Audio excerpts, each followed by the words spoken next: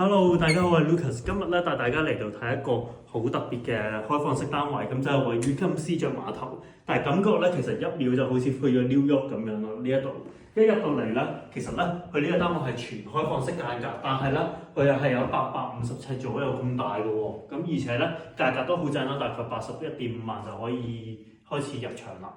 咁一入到嚟呢一度咧，其實你一眼睇晒啦，咁但係咧佢好多嘅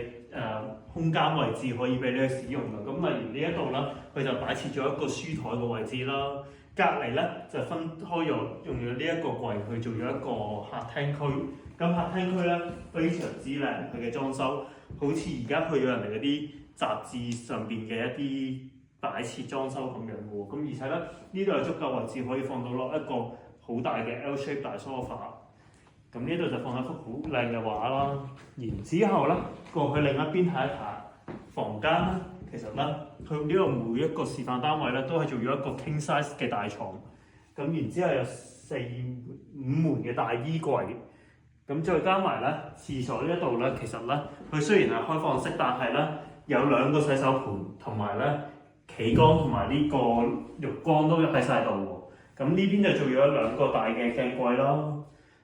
咁全部都係有幾立嘅架喺度嘅。